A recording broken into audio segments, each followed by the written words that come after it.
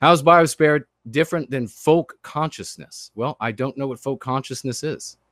I neoterized Biospirit. I would say that if I were to make a guess, that folk consciousness is something that would come from the Biospirit. Biospirit is meant to define the origin, something as yet like consciousness in general, we can't yet define how it takes place. In the same way, we can't yet define and explain. That time may come in the future. Our science may reach a level that we are able to say exactly how consciousness happens. A time may come in the future when we are able to say exactly how the Biospirit manifests who and what we are. It is the origin. There's no deeper part of a person. There's no deeper part of a people than the Biospirit. It is the well, the fount from which everything comes.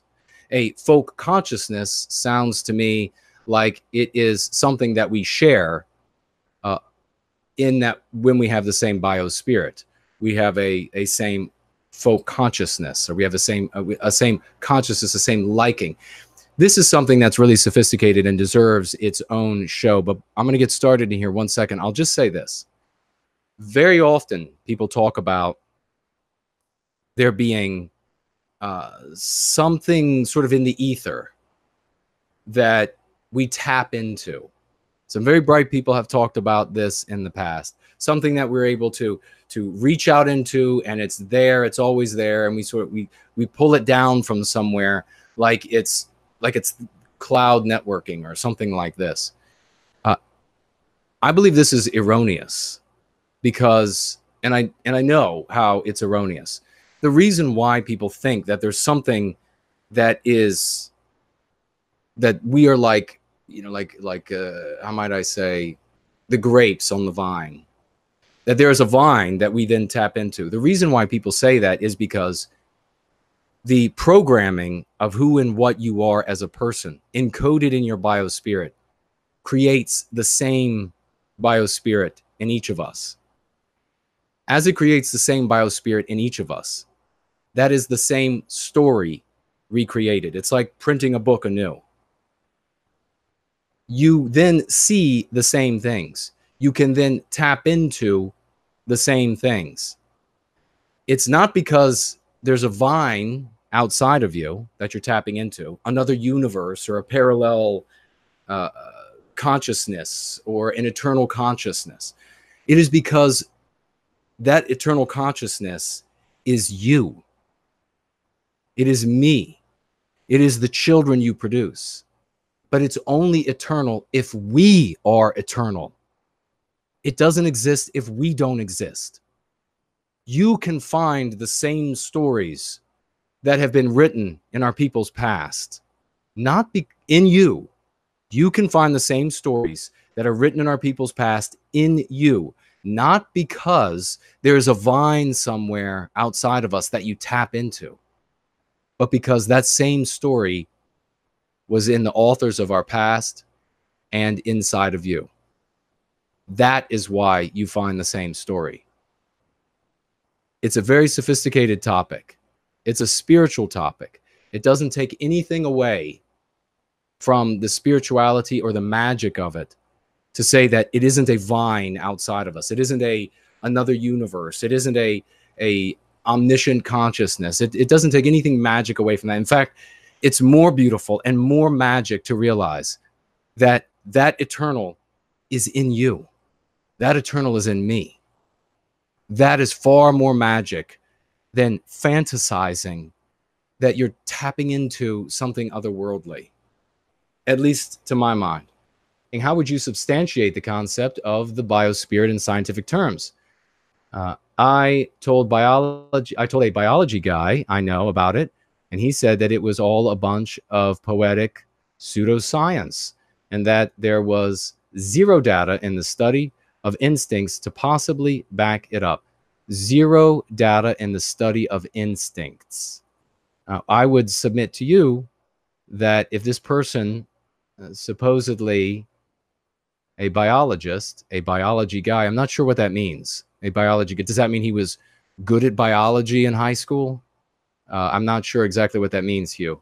But if he's saying that there's no such thing as instinct, he's an imbecile, or he's anti-white, and he is trying to arrive at an anti-white conclusion by way of any pretext. Which, of course, this is just he did not counter the argument.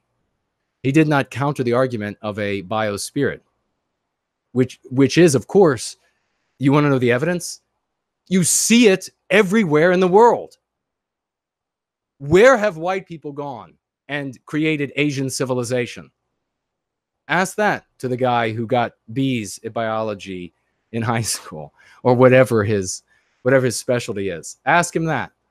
Where have white people created Asian civilization? Where have Asians created Western civilization? Where have blacks created Western civilization? When we look at the body, and this supposed biologist, when we look at the body and we look at all things that can be measured on a human animal, we see that there are verifiable on a bell-shaped curve for every single thing differentiated between the races, among the races. Different organ size, different intelligence, different maturation, different everything. Different diseases, different way that diseases affect us, different ways that we recover from diseases, even different medicines for different races. Taking all of that information, that being the totality of the truth, what is obvious, what is verifiable scientifically, we can then look out into the world with our own two eyes and see that whites always make Western civilization, no matter where they go.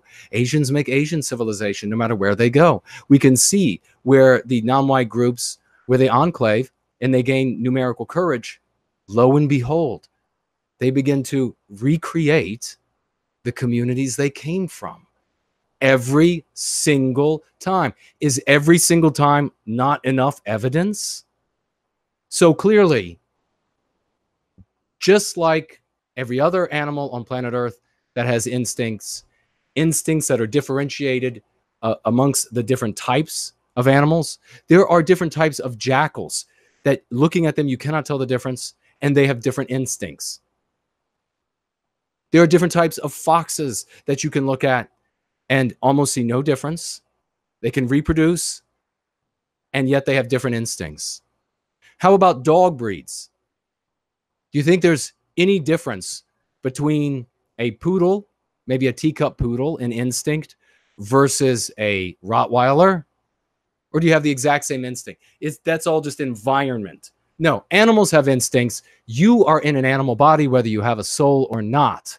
And the fact that we are different races, very different races, separated by a very long time, at a bare minimum, by an argument that current regime biology embraces. By that very argument that they embrace, we have been separated by a very long period of time and have developed very differently, and we have different instincts. And those different instincts create different civilizations. That's what I would say. So I would say to the guy who is the biology guy, I would say, why is he so anti-white?